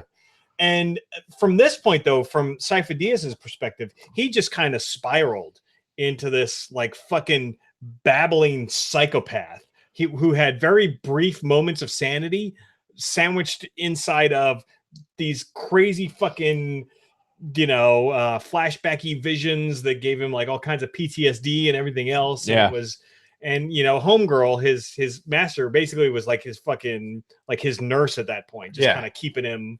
Well, that's the thing, because he actually he saw Dooku as becoming what he was on his home planet. Yep. Was turning into, people were calling out his name, and what Sifo-Dyas was probably the most scared of was the fact that Dooku was in this position as like a dark leader. Like it wasn't something that it should not have happened for a Jedi. Yeah. There should not be a Jedi who rules a planet like that.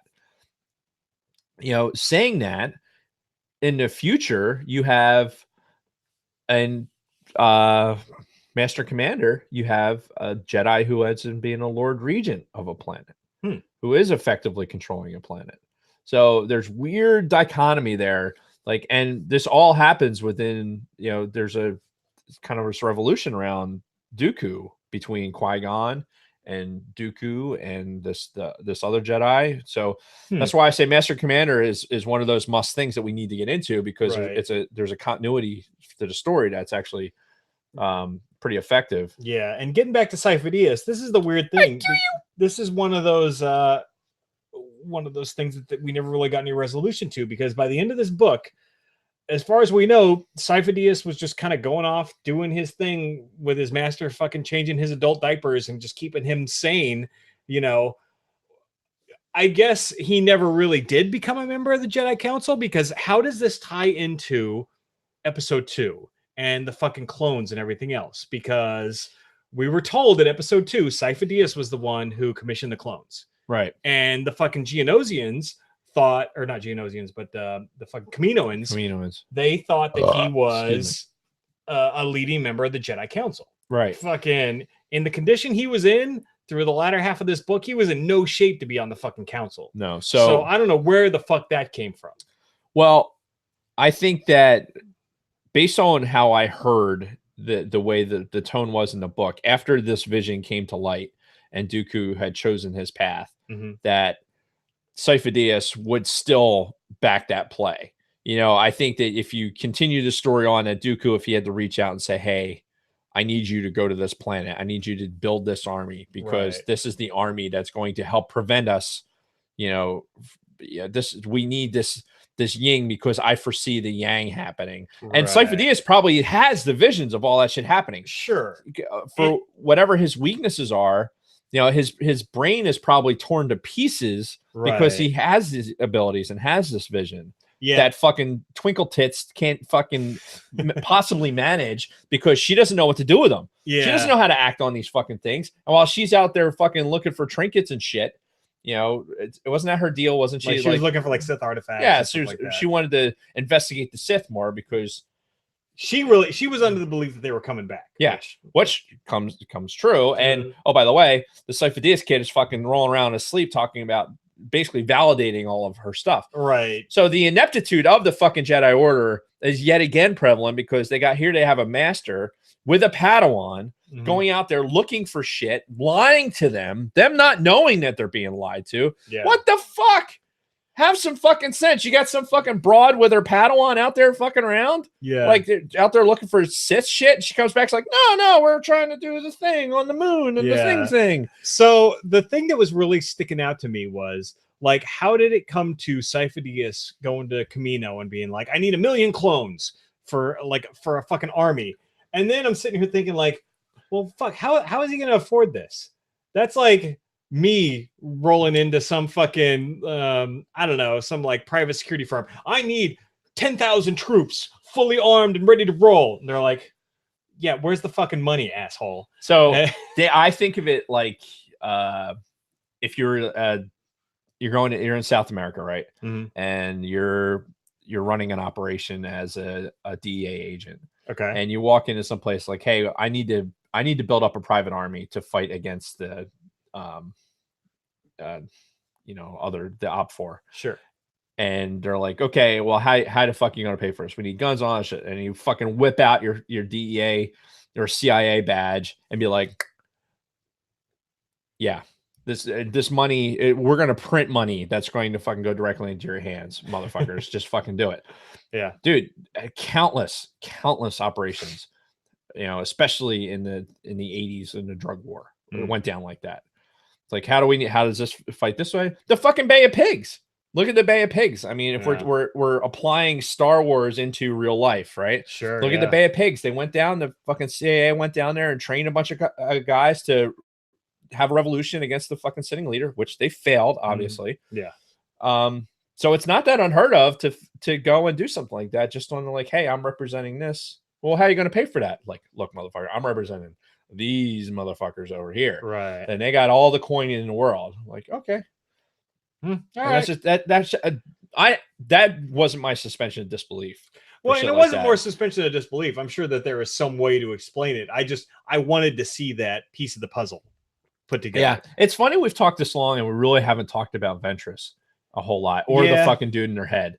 So yeah, let's just talk about it for a second. Okay. Because I think it would be remiss if we didn't. Sure. So we've mentioned that this whole thing is told through the voice of Ventress, and she's on a mission sent by Dooku. Dooku basically rescued her, like, because she was So the way I can piece the story together is that there was this Jedi who ended up getting basically fucking shipped off to some planet, right? Yeah. There's a word there that I'm not coming up with. Anyway, exiled? So exiled. Woohoo! Jason for the win.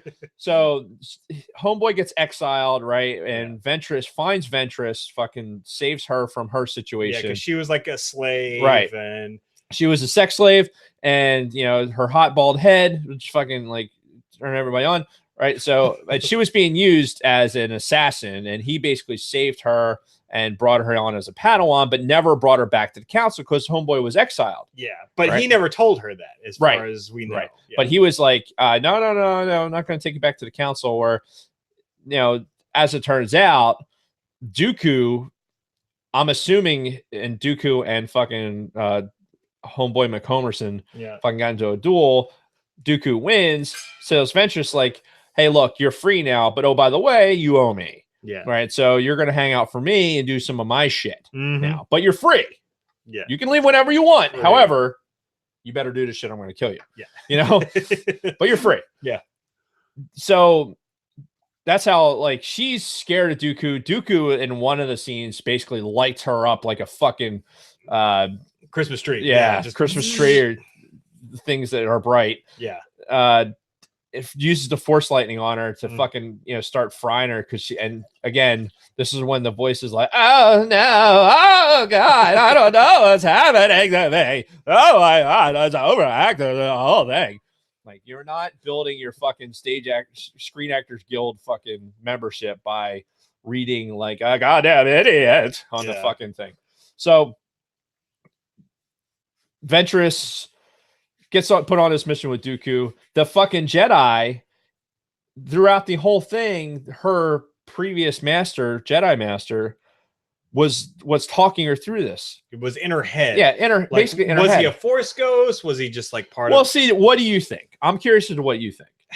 The way, like, especially towards the end, like, there's one interaction between them where she's like, you're not real. And he's like, I'm not, but I could be.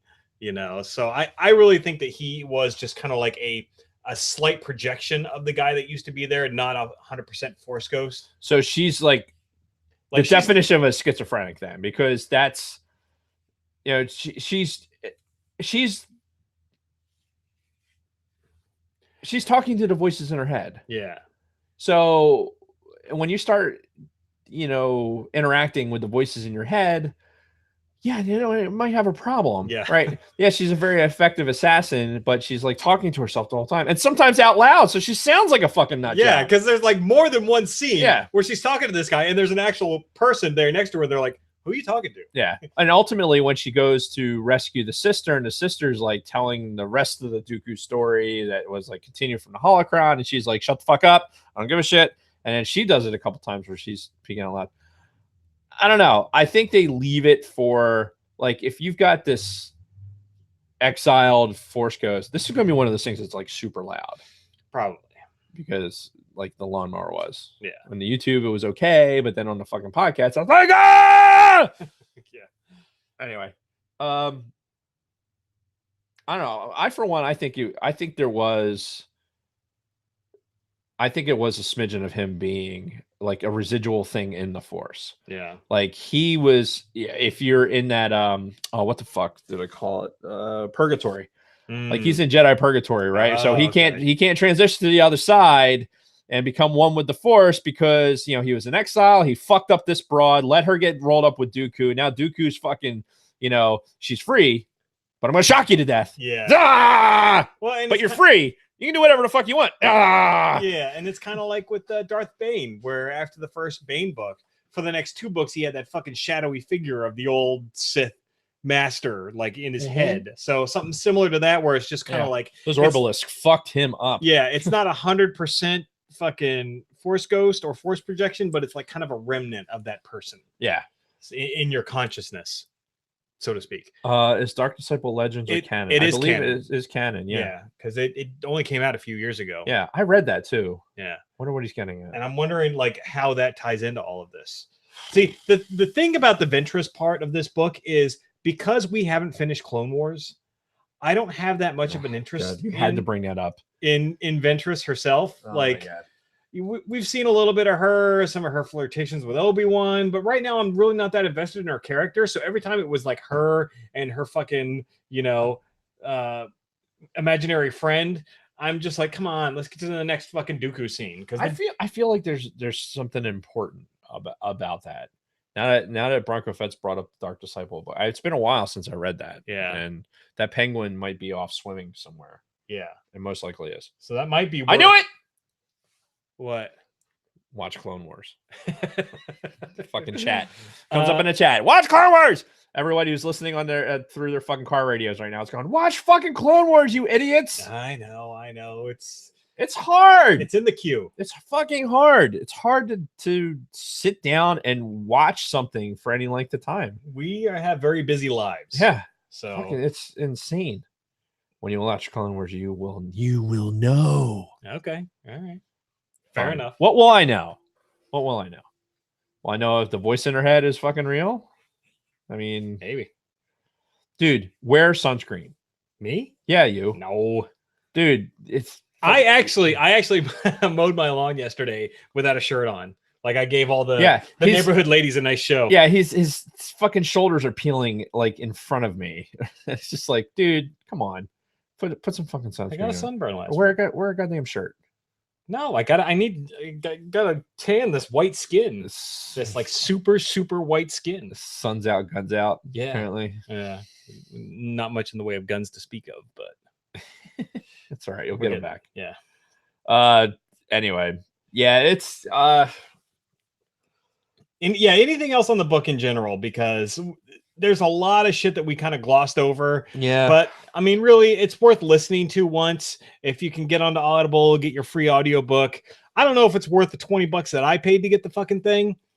It was a neat little piece of Star Wars canon that filled in a gap that we had never had any knowledge of up to this point. Like how Dooku left the Order. That's the big thing. Like, or why. Yeah. If not the how, it's the why. Well, yeah. And the both. Like his whole coming up into the Order, how powerful of a Jedi was he? How much of an influence did he have? And then why did he fucking leave? And honestly, it's not that surprising. Knowing what we know, knowing what happened with Anakin and everything else, going back to Luke, man, the history of the Jedi is failure. Yes. The Anakin is the analog to this. Yes. And there may be something to how the Dooku story gets to the point where it is and analogous with Anakin. Mm-hmm. Maybe not as the chosen one, but just as, again, it's another seed. It's, Palpatine, Sidious is now like planting all these things. And you think, I think me personally, there's a thought, it's banging around in there. I'm trying to get it out. Mm-hmm. You looked at Anakin's, like, because of the questionable acting of Christian Haydenson, like some of the scenes with the sand people and everything else, like I think it's too easy to write those scenes off, like for some, because of not necessarily. It's the passion. It's that like connection to people and love and things like that that drives him to do what he does. Mm-hmm. Whereas we see the same thing in Dooku, extremely powerful Force user, doesn't necessarily vibrate the same way as the Jedi do, and the Jedi don't know how to fucking handle it. Yeah. because they are blinded by their own bullshit. Mm-hmm. You know, like so many other things. Like how many things in the real world are like that? Human beings blinded by their own bullshit. Yep. And they just can't see anywhere past it because they're, oh, it's so shiny. It's so good. Yep. Anyway. But I mean, overall, definitely worth a listen. I enjoyed it. No. No. Don't even put that idea in his fucking head. Thing smells. We'll Read talk the about chat. that next week. Oh, motherfuckers. It's you. You did it. You don't have to sit across from him. Anyway. My God. Yeah, I don't know if it's worth the $20, but if you can get it on the cheap. Like I said, you just have to do better at manipulating your free credits. But yeah, just like create a new Amazon account. Because credits will do fine. Credits will do fine. No, they won't. Apparently for you, no, they won't. Yeah. So I don't know what we're going to do next week. I will start listening to the Master and Commander audiobook, but I don't think I'll be able to get it knocked out in a week because that's one of those 20-hour gimmicks, right? Yeah, it's definitely longer. I'm still 3/4 of the way through it, but I'm not listening to it every day. Yeah. So it's sporadic because I got other things I'm trying to memorize while I'm in the car. Right. So I'll probably need at least a couple of weeks to get through that, but I will get the audiobook and start listening to it tomorrow. In the meantime, don't know what we're going to do next week, so we'll figure it out as we always do, because we'll do it live. We'll do it live. We haven't done it. We haven't really, to be honest, we haven't done it live in a while. Yeah. I mean, it's been weeks. Yeah, we've had plans. It's been weeks since we did it live. Yeah. We spent a majority of the time in this podcast talking about the actual fucking topic. Yeah. It's heresy. I know, it's crazy, right? But I will make sure that we are properly derailed next week. Yes. For nonsense. Oh, by the way, it's almost summer. Right, we've been enjoying some summer-like weather here in May, in New Jersey. We went from it's fucking cold, the death throes of winter to fucking summer. Yeah, fuck spring. And we had about 12 hours of spring, and it was like, fuck it, we're going right to 90 degrees. Yeah, there's not much of a transition period anymore. Unfucking believable. Yeah. So, goddamn global warming, and it's been like this for the last few years, I think. Yeah, right. I'm looking at carrots and potatoes. Oh, I was going somewhere with that. Spring, enjoying the weather. Weather. I had a reason. I had a reason to say this. I was going to go into something. I was launching us right. It felt like you were going somewhere. I was ramping up to go into some fucking. But no. Have you been doing things outdoors? No. That the weather would have affected one way or the other? God damn it, Jason. Come on, Sifo-Dyas. No. Tell us about your vision. No. Fuck me. God damn it. Really, this is how bad it is. I'm like, hang on. It's coming. Wait, that sounded weird. No, it's not. God damn it, Jason. Why is this my fault? It's your fault. I was ramping up and then you fucking derailed me. Oh, it's my job. My job to do that. Damn it. It was important. Was it? What was I talking about before? Well, we were talking about no topic for next week, doing it live. Right. And then you started talking about the weather and the transition. The weather. What the fuck has to do with the weather? I don't know. God damn it, Jason. Why is this my fault? June, July, August, something. We went right into summer. Something with the summer. Oh my God, dude. I'm what? Summer days drifting away. Oh my God. I'm having a fucking aneurysm right now. Tell me more. Jesus Christ. Did you get very far? It doesn't. Like, does he have a car? I unfortunately, there's a part of my life where I was in plays and whatnot, and I know the lyrics to a lot. Like there's penguins that are fucking still on the iceberg that really need to fucking go. They're like dug in, and like know all the words to Bye Bye Birdie. Like all the songs and shit to Bye Bye Birdie. Yes, wow. That's in there. That's fucking entrenched in there. I think I could still do my lines from Arsenic and Old Lace, which I did in fucking my freshman year of high school. Christ almighty. Jesus, right? That was in 1990. Oh my God. I can't think of it, dude. I can't fucking think of it. All right. Well, no, it was fucking the weather.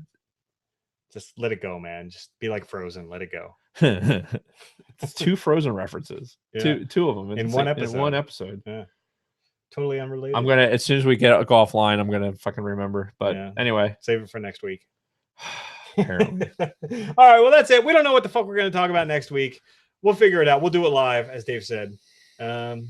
And thanks everybody for joining us in the chat on this wonderful Memorial Day as we transition into the spring, and now you can plant your gardens and everything else because the last frost should be gone. So nothing. I was trying to like maybe. I know. I appreciate it. Nope, that's still not nothing. All right, fuck it. Then we're done. So Dave and everybody else, may the force be with you. May the force be with you.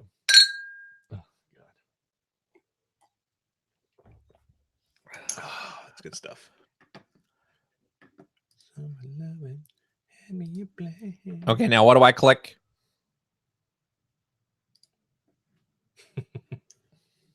Almost forgot about that. I know. That's why I said it.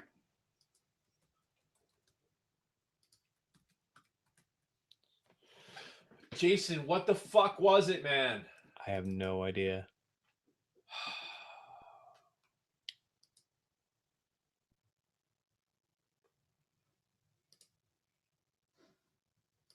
It's to do with the weather. June, July.